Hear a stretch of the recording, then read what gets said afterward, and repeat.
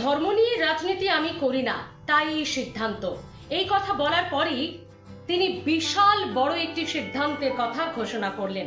আপনারা সকলেই খুশি হবেন মুখ্যমন্ত্রী মমতা বন্দ্যোপাধ্যায়ের এই সিদ্ধান্তে। অন্তত যারা একটু পর্যটন প্রিয় মানুষ রয়েছেন, যারা অবশ্যই পুণ্যার্থী রয়েছেন, তারা তো খুশি হবেনই। কি তার বড় ঘোষণা, কি তার বড় সিদ্ধান্ত, শুনুন। আমাদের বাংলায় আমরা যখন দুর্গাপুজো নিয়ে মেতে থাকি, আমরা সব ধর্ম নিয়ে মেতে থাকি, তেমনি জগন্নাথ দেবও আমাদের কাছে অতি পবিত্র এবং প্রিয়। বাংলার অর্ধেক লোককে আজকে আপনারা পুরীতে জগন্নাথ দর্শনে দেখতে পাবেন, কখনো ইস্কনে, কখনো পুরীতে, কখনো মাহেশে, বিভিন্ন জায়গায়।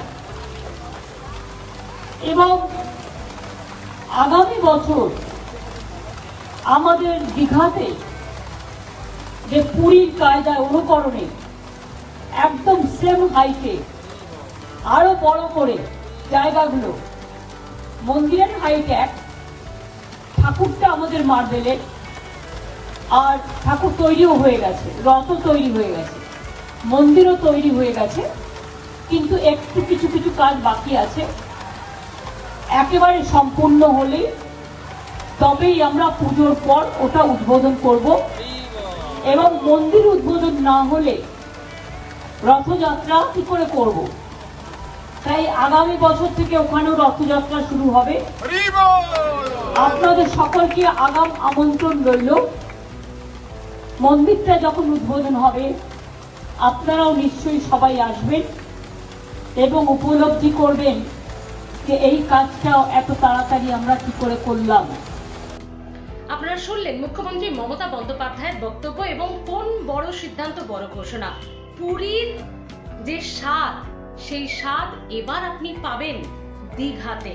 পুরীর স্বাদ পাবেন দীঘাতে।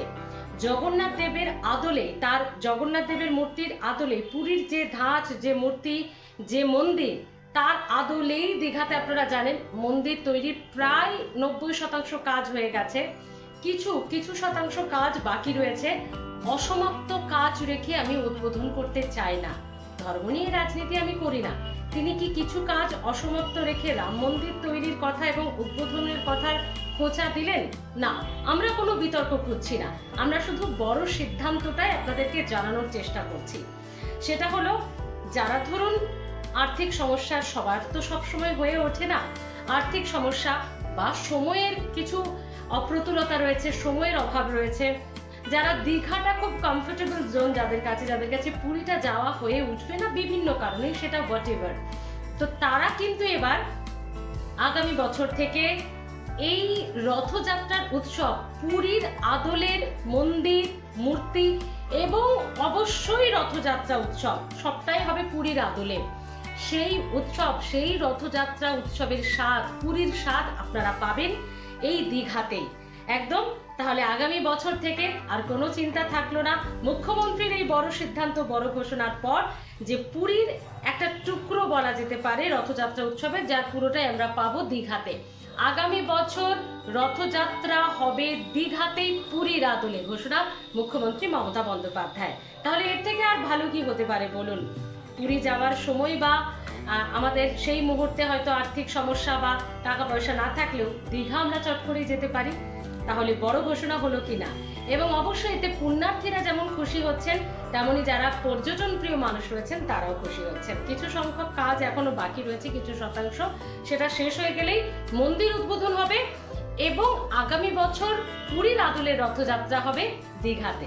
তাহলে বন্ধুরা, ভিডিওটি কেমন লাগলো বলুন আপনাদের, এবং মুখ্যমন্ত্রীর এই বক্তব্যকে, মুখ্যমন্ত্রীর এই উদ্যোগকে আপনারা কিভাবে দেখছেন? যাদের পুরী যাওয়া হয়ে উঠবে না সবসময়, তারা দীঘা চলে যেতে পারবেন এবং পুরীর স্বাদ পাবেন, জগন্নাথ মন্দিরের স্বাদ পাবেন, রথযাত্রা উৎসবের স্বাদ পাবেন পুরীর আদলে। এই সিদ্ধান্তকে আপনারা কিভাবে দেখছেন অবশ্যই জানাবেন বন্ধুরা। এবং মুখ্যমন্ত্রী কিন্তু এটা কথা দিয়ে কথা রেখেছেন। মুখ্যমন্ত্রী আগেই ঘোষণা করেছিলেন, অনেক আগেই, যে এমনটা আমি করব, সেটা কিন্তু প্রতিশ্রুতি তিনি পালন করছেন। আপনারা কিভাবে দেখছেন মুখ্যমন্ত্রীর এই উদ্যোগী ভূমিকাকে এবং এই সিদ্ধান্তকে? অবশ্যই কমেন্ট বক্সে জানাতে ভুলবেন না। ভিডিওটি ভালো লাগলে লাইক ও শেয়ার করতে পারেন এবং অবশ্যই চ্যানেলটি ভালো লাগলে সাবস্ক্রাইব করবেন। মুখ্যমন্ত্রী মমতা বন্দ্যোপাধ্যায় এই বছর রথযাত্রা উৎসবে ইসকনে পৌঁছে গিয়েছিলেন। প্রত্যেক বছর তিনি যেমনটা দেখা যায় যার উপস্থিতি ইসকনের রথযাত্রার দড়ি টেনে শুভ সূচনা করেই এই ঘোষণায় কার্যত আপ্লুত অনেকেই। আপনিও কি তাই? জানাতে ভুলবেন না। ভালো থাকুন।